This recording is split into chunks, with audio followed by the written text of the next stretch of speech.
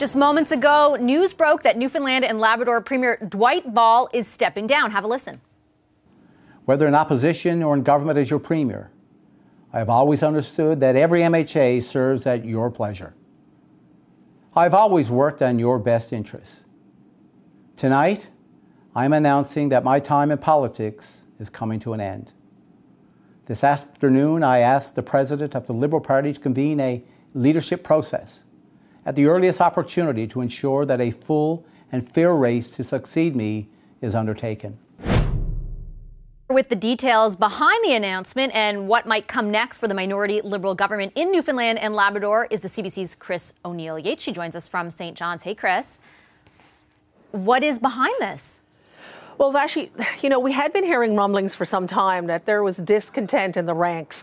And there have been a number of unpopular decisions that have not been made at the cabinet level, but had been made in the Premier's office. The first one that they had been fighting for months now and were hammered every day in the legislature during the last sitting was the hiring of a woman named Carla Foote at the Provincial Archives and Art Gallery. Carla Foote is the daughter of former federal cabinet minister Judy Foote. She's been a long-time Liberal staffer, but that was an appointment and it wasn't hired in the normal process. Dwight Ball announced the other day that Carla Foote would now not occupy that position, but would be moving into an assistant deputy minister's position. That came as news to many people in caucus and cabinet who found out about it on social media. That's one thing. As well, recently there was the appointment of a man from Scotland who worked in government here as a consultant for more than $350,000 a year. That created ruffles as well. Again, a decision made in the Premier's office. A lot of people in caucus didn't know about it. So, Vashi, in many ways, this government hasn't been like a new government that was elected last spring. It's having issues that are more like what you'd have in the second term or the beginning of a third term.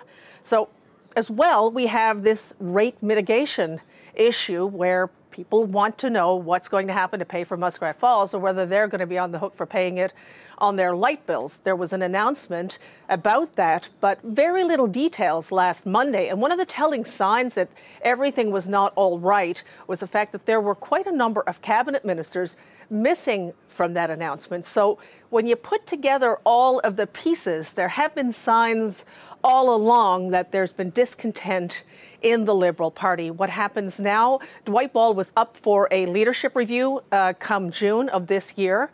There was some attempt to try to have that put to 2021 last fall, but it was decided that it would in fact happen in June. So right now, he says he's stepping down until a new leader is chosen. He wants that to happen as soon as possible. A new premier will have to put their stamp on the budget and, going forward into the next session. I just want to make sure, is he sticking around until that new leader is chosen? Is that what he is? He's going to stick around as leader until the new leader is chosen. He's going to stay on as a member of the legislature until the next election. So we don't know when either of those will be. It's a minority government. Anything could happen at any time. But this today, not entirely unexpected, but nevertheless, it's a bit of a shock to people who watch politics in this province that the Premier is stepping down just, less than a year before he was elected. Yeah, it's a big deal. Look forward to more of your reporting on this. Thanks, Chris. The CBC's You're welcome. Chris O'Neill-Yates. Hi, I'm Vashi Capellos, host of Power in Politics. See more of our show by subscribing to the CBC News channel or click the link for another video.